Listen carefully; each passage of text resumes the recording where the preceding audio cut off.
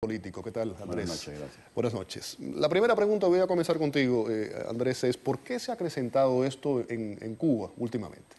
Bueno, en realidad el problema este de la contaminación viene, yo recuerdo que yo era un muchacho, hace mucho tiempo de esto, y yo aprendí a nadar en la playa del Cachón en Cojímar. Y el río Cojímar, que divide Cojímar de Alamar, incluso antes de empezar las construcciones de Alamar, empezó a contaminar el Cachón a punto que era imbalneable. En los últimos tiempos se ha acrecentado, en primer lugar, porque digamos un ejemplo, la gasolina. Tú llegas a La Habana, la última vez que fui fue en el 2007, y el olor a gasolina se siente para el que no está acostumbrado a vivir en la ciudad.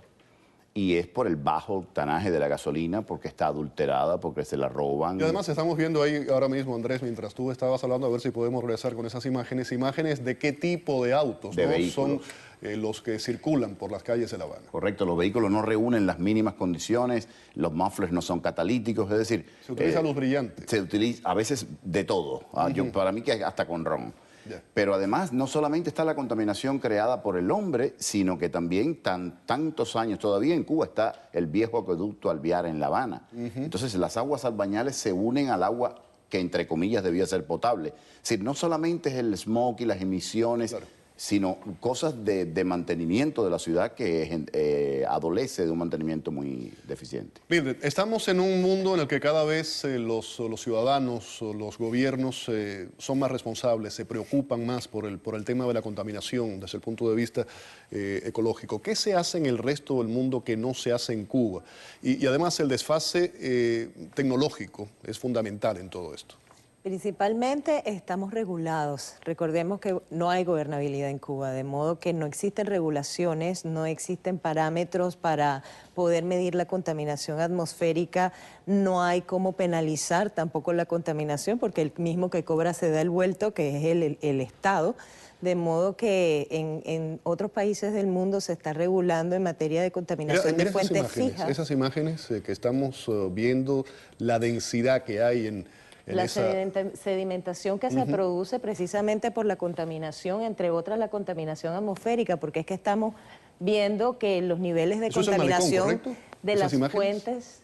Sí, es el Malecón. Esa es en la Bahía de La Habana, yo creo. La Bahía de La Habana. Yo creo que es uno de los muelles de la Bahía de La Habana, que dicen que ahora está mejorcita. Sí, mira la lonja del comercio allí. Sí, la lanchita de Casablanca es esa. Correcto.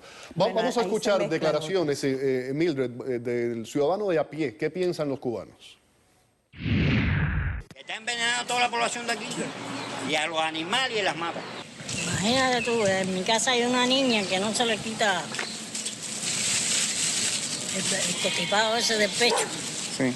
Y cada vez que el humo ese se pone ahí y se ahoga. Ese humo se introduce hasta en la ropa de todas las cosas. Entonces, el cítrico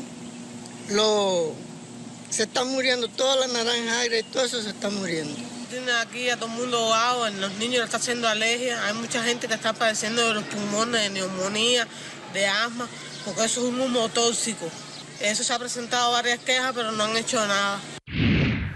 Ahí tenían las reacciones. Además de eso, lo decíamos anteriormente en el informe, en el reportaje previo a ese segmento, 1 de cada 3 cubanos sufre de enfermedades respiratorias y eso, por supuesto, debido a esa contaminación del aire. Regreso contigo, Mildred, estabas comentando algo. Ahí tienes la sabiduría popular. Fíjate sí, cómo identifican claramente cuáles son los efectos de la contaminación que se está produciendo en el aire. Al no haber regulaciones, las fuentes fijas, que son las que más emiten contaminación en el país, están causándole todos estos problemas y todas estas afecciones, no solamente a las personas, a la salud de las personas, sino de los ecosistemas.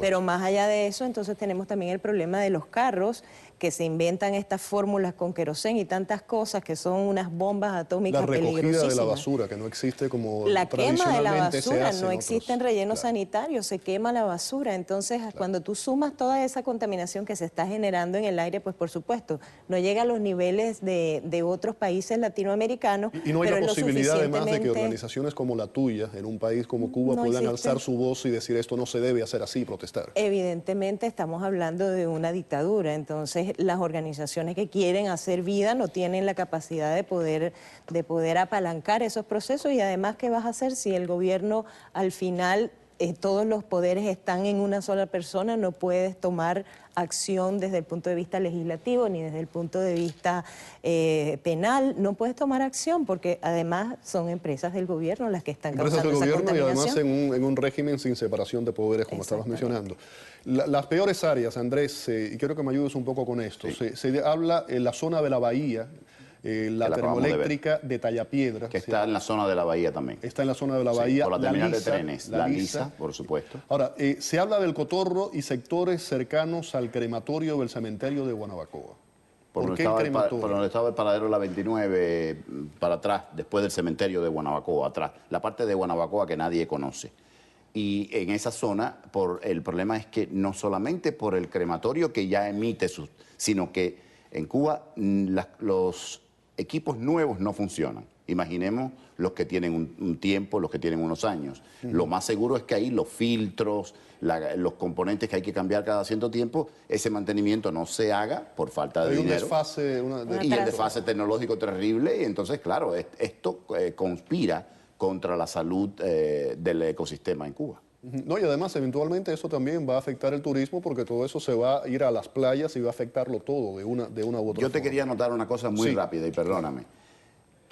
Hablamos del ambiente por las emisiones. La iniciativa del comandante de los famosos pedraplenes ha sido un desastre ecológico. Porque en lugar de hacer como aquí, que son unos causeway con unos pilotos y la invasión al agua de mar es mínima, en Cuba es todo, como tú sabes, un pedraplén con unos pequeños puntos de intercambio.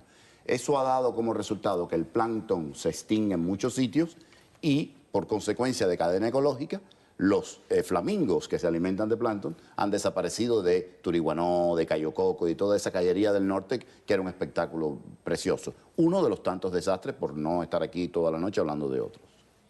Mildred. Estamos hablando de situaciones que se presentan, como decías al principio, también en unas condiciones en las que el atraso no es solamente tecnológico, sino un aislamiento total del mundo, en donde cuando ya se ha podido considerar, porque esto no es una situación exclusiva de Cuba, ya el mundo ha aprendido por ensayo y error de la necesidad de regular los incineradores, por ejemplo. Que si nos vamos, por ejemplo, a Ciudad de México, a Sao Paulo, a Santiago de Chile, se sabe que hay una gran contaminación, pero hay reacción gubernamental y de otras organizaciones para tratar de evitar o combatir esto. Por supuesto, pero además es que tienes que ver que hay un volumen de vehículos inmenso, hay una cantidad de desarrollo inmensa, entonces no tiene sentido. En Cuba no debería existir contaminación con las pocas industrias que hay y con los pocos vehículos que hay. Es ridículo que estén en una situación en donde verdaderamente las comunidades son las afectadas. Los activistas de derechos humanos, por mucho que están gritando y pidiendo ayuda, pues no logran absolutamente nada porque hay otros problemas que se presentan como prioridad ante la salud de la población. Sin lugar a dudas. El tema hablábamos de organizaciones como la tuya, ¿qué se hace? Los periodistas independientes durante tiempo han estado denunciando la situación. ¿Qué ha hecho el gobierno? ¿Hay una reacción gubernamental, alguna respuesta? Oficialmente el gobierno hace sus plenos y sus eventos donde se hacen trabajos monitoreados por el gobierno y donde en teoría se dan unas soluciones. Tú sabes cómo es aquello, el ambiente triunfalista, a partir de el comandante encontró la solución. Ahora, también seamos realistas. Si como es Cuba ahora, y ellos no quieren ceder el poder ni cambiar nada, sin cambiar nada pretendemos que se haga una economía basada en una conciencia ecológica, hay que cerrar el país. Claro. Seamos realistas. Significa que a partir de mañana no se come, no se bebe y todo el mundo anda a pie. Entonces, también, sin justificar para nada al régimen, hay que comprender que en las condiciones actuales, en el status quo, una política coherente ecológica es una quimera, es imposible. Les agradezco a los dos el que hayan estado aquí en el programa y hayamos compartido, ¿no?, pues esta crisis, ¿no?, y es algo además que puede ir escalando. Ojalá que no sea así. Muchísimas gracias, Andrés, Mildred, por haber estado aquí en el programa. Vamos a una pausa. Al regreso, los venezolanos marchan en Caracas divididos por sus demandas. Hoy, 1 de mayo, les contamos qué ocurrió.